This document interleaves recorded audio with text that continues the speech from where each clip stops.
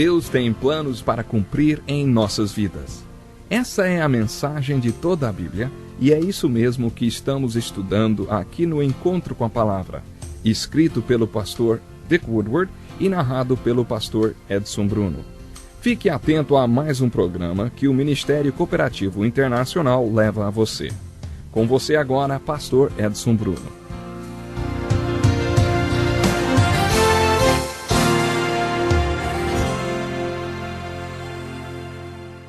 Seja bem-vindo ao Encontro com a Palavra. Estou muito feliz que você tenha escolhido estudar a Bíblia conosco. Hoje iremos continuar a nossa introdução ao estudo da Bíblia, que é uma coleção de 66 livros. A maioria das nossas Bíblias traz em sua capa as palavras Bíblia Sagrada. Mas o que significa chamarmos este livro de Bíblia Sagrada? A palavra sagrada significa aquilo que pertence a Deus ou aquilo que vem de Deus. Deus é a fonte. Esta é a ideia da palavra sagrada, aquilo que pertence a Deus. O que estamos dizendo aqui é que este livro está relacionado com Deus de uma forma muito especial. Deus tinha algo muito dinâmico para fazer com esses livros que formam a Bíblia. Esse livro contém a mensagem de Deus ao homem. É isso o que torna este livro o mais importante livro do mundo. Portanto, o estudo da Bíblia é o mais importante estudo do mundo. É por isso que nós vamos estudar esse livro juntos, porque ele é o livro de Deus para nós. Deus tinha uma mensagem. Ele queria transmitir essa mensagem ao homem. Para fazer isso, ele moveu muitos homens, talvez mais de 40 homens. Esses homens foram movidos por Deus de tal maneira que as palavras que eles escreveram não eram suas palavras, mas eram as palavras de Deus. Em um período de cerca de 1.500 a 1.600 anos, esses homens e seus escritos formaram esse volume de livros ao qual nós chamamos de Bíblia Sagrada. O processo pelo qual Deus moveu esses homens a escrever esses livros é chamado de inspiração. Paulo disse que esses livros vieram de Deus através da inspiração. A palavra inspiração significa respirar para dentro. Isso tem a ver com o Espírito Santo de Deus respirando dentro daqueles homens, movendo-os a escrever esses livros. Pedro descreve a Bíblia com as seguintes palavras: porque não vos demos a conhecer o poder e a vinda de nosso Senhor Jesus Cristo seguindo fábulas engenhosamente inventadas, mas nós mesmos fomos testemunhas oculares da sua majestade, pois ele recebeu da parte de Deus Pai honra e glória, quando pela glória excelsa lhe foi enviada a seguinte voz: este é o meu filho amado, em quem me comprazo. Ora, esta voz, vinda do céu, nós a ouvimos quando estávamos com ele no Monte Santo. Temos assim tanto mais confirmada a palavra profética, e fazeis bem em atendê-la, como a uma candeia que brilha em lugar tenebroso, até que o dia clareie e a estrela da alva nasça em vosso coração, sabendo primeiramente isto, que nenhuma profecia da Escritura provém de particular elucidação, porque nunca jamais qualquer profecia foi dada por vontade humana. Entretanto, homens santos falaram da parte de Deus, movidos pelo Espírito Santo. Pedro usou uma linda palavra em grego, a palavra phero. Em muitos lugares, em vez de usar pontes para atravessar rios, as pessoas usam balsas. Isso acontece em muitos lugares onde há muita água. A palavra phero, em grego, significa instrumento de travessia. É essa palavra que Pedro usa quando ele diz que Deus moveu essas pessoas. Imagine o vento soprando nas velas de um barco e movendo o barco pelo rio. Isso é a inspiração, segundo Pedro. Outra expressão é o verbo vivo de Deus, que não se aplica às Escrituras, mas a Jesus Cristo. A Bíblia é chamada de a palavra de Deus escrita. Jesus Cristo é chamado de o verbo vivo de Deus, ou a palavra viva de Deus. Tudo o que ele foi, o que ele disse e o que ele fez foi a palavra de Deus para nós.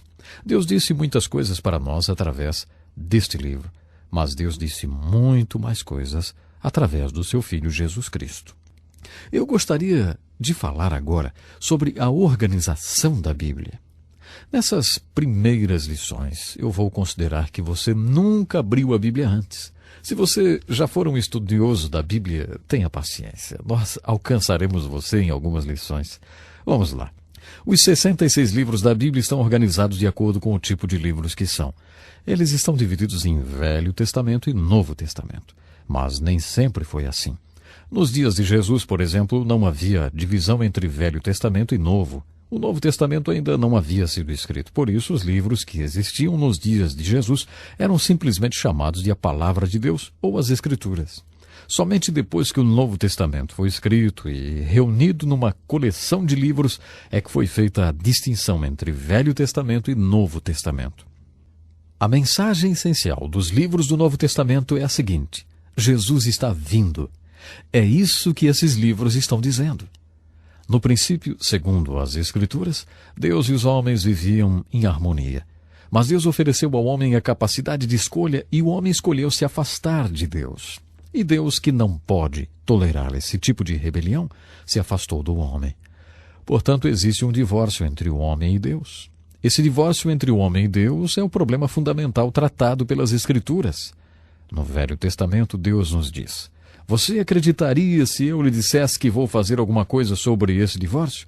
No Novo Testamento, Deus nos diz: você acreditaria se eu lhe dissesse que fiz alguma coisa sobre esse divórcio? Note bem, os livros do Velho Testamento dizem que Jesus está vindo e que vai acabar com a separação entre Deus e suas criaturas. O Novo Testamento nos dá boa notícia. Jesus veio. E quando Jesus veio, ele acabou com a separação entre Deus e o homem. Existem duas palavras no Evangelho de Marcos que reúnem todo o Novo Testamento. Essas palavras são simplesmente Jesus veio. Os livros do Antigo Testamento estão divididos em 5 tipos. Primeiro, há os livros da lei. E esses livros da lei são a pura palavra de Deus. É onde Deus nos diz o que é certo e o que é errado e nos dá seus regulamentos. É onde ele nos mostra seu padrão de retidão. Os 5 livros da lei são seguidos pelos 10 livros históricos. Esses 10 livros históricos nos dizem mais ou menos que às vezes o povo de Deus obedecia aos livros da lei e às vezes não. Quando eles obedeciam a esses livros da lei, eles se tornavam exemplos para você e para mim. Mas quando eles desobedeciam, aí suas vidas se tornavam avisos para você e para mim. Em 1 Coríntios, capítulo 10, verso 11, o apóstolo Paulo nos dá a chave para os livros históricos do Velho Testamento e para o livro histórico do Novo Testamento. Quando você ler os livros históricos, procure por exemplos e avisos. Esses exemplos e avisos são baseados no seguinte: às vezes, eles obedeciam a palavra de Deus, encontrada nos 5 primeiros livros, e às vezes eles não obedeciam. Quando eles obedeceram, eles são exemplos. Quando desobedeceram, são avisos. Os livros históricos são seguidos pelos livros poéticos. Os livros poéticos são a mensagem de Deus para o seu povo, que tenta viver sua palavra neste mundo. Nos livros poéticos, Deus diretamente fala ao coração do seu povo. Por exemplo, no livro de Jó, Deus tem uma mensagem para o seu povo quando eles passaram por sofrimentos. No livro de Salmos, sua mensagem é a mensagem para quando o povo de Deus estiver louvando. Sobre todas as coisas que passam pelo seu coração quando você está louvando. Essa é a mensagem dos Salmos. No livro de Provérbios, Deus nos fala sobre o que se passa em nosso coração quando estamos lá fora, nos relacionando com os outros. Alguém já diz que quando você faz um negócio, há 2 coisas que podem ser obtidas: dinheiro e experiência. Mas há certas pessoas que quando você negocia com elas, o dinheiro sempre vai para elas. Para você só fica a experiência. O livro de Provérbios foi escrito porque Deus não queria que seu povo ficasse só com experiência dia após dia. Ele queria que seu povo tivesse alguma sabedoria prática sobre relações humanas. É por isso que ele nos deu o livro de Provérbios. Eclesiastes é a mensagem de Deus para o seu povo quando eles tiveram dúvida no coração. Os cantares de Salomão são uma mensagem dirigida para o povo de Deus quando estiverem fazendo amor. É quase como que se você estivesse ouvindo uma conversa de amor entre 2 apaixonados, em lua de mel, vamos dizer assim. A próxima sessão da literatura do Velho Testamento é a maior sessão. Em termos de capítulos e versos, ela é chamada de Os Profetas, e tem 2 tamanhos. Primeiro temos os profetas maiores e depois os profetas menores. Os profetas maiores são chamados assim não porque são superiores, e a denominação de profetas menores não quer dizer que eles sejam inferiores. Os profetas maiores foram muito prolixos, com 66 capítulos, 52 capítulos e 48 capítulos. Eles levavam muito tempo para dizer as coisas. Os profetas menores são chamados assim porque têm 1 capítulo, 2 capítulos ou 3 capítulos. Provavelmente eles foram pregadores melhores, porque conseguiram empacotar melhor a sua mensagem. No Novo Testamento também temos 5 tipos de livros. Primeiro, 4 biografias de Jesus: Mateus, Marcos, Lucas e João. Eles mostram diferentes aspectos da mais importante vida já vivida. Depois nós temos um livro histórico, que é o livro de Atos. E depois nós temos as epístolas de Paulo e as epístolas gerais. Um jovenzinho me perguntou uma vez: escuta, epístola é a esposa do apóstolo? Até que soa parecido, não é mesmo? Mas não, a epístola é uma carta. Metade do Novo Testamento foi escrito pelo apóstolo Paulo. Em seguida vem as cartas de Paulo e depois as cartas gerais, porque foram escritas por autores gerais para leitores gerais, pessoas que estão dispersas e vivendo em diferentes locais. O Novo Testamento encerra com um livro profético, o Apocalipse. É um livro de símbolos.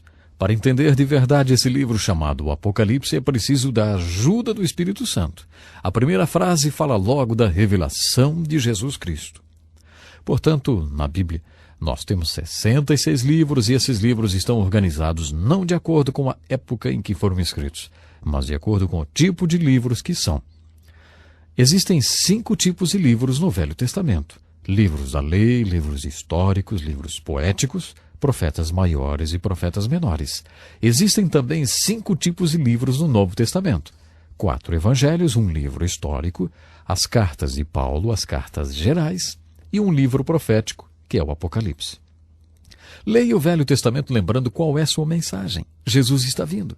Esse é o verdadeiro assunto do Velho Testamento. Leia o Novo Testamento procurando a seguinte mensagem: Jesus veio. E vamos à sua primeira tarefa do curso. Memorize os nomes dos livros da Bíblia. Você deve pensar: por que será que ele pede que a gente memorize os livros da Bíblia? Ora, é para que você não fique envergonhado quando o pregador anunciar um texto de Ageu e você não souber se fica no Velho ou no Novo Testamento. Por isso, para saber onde estão localizados os livros da Bíblia, memorize seus nomes. Memorize lembrando seus títulos e aprenda a soletrar os nomes. Eu acho que isso vai ajudá-lo quando você for estudar a palavra de Deus. Bom, não temos mais tempo hoje. Muito obrigado e olha, agende-se para se juntar a nós amanhã, quando vamos continuar o mais importante estudo do mundo, o estudo do livro de Deus, a Bíblia Sagrada.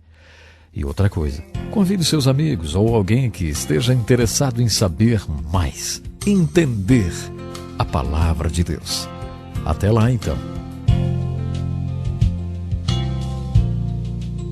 Que lição importantíssima. Obrigado, pastor Edson Bruno. Prezado ouvinte, coloque em prática o que você ouviu aqui. Sem dúvida, sua vida será grandemente abençoada.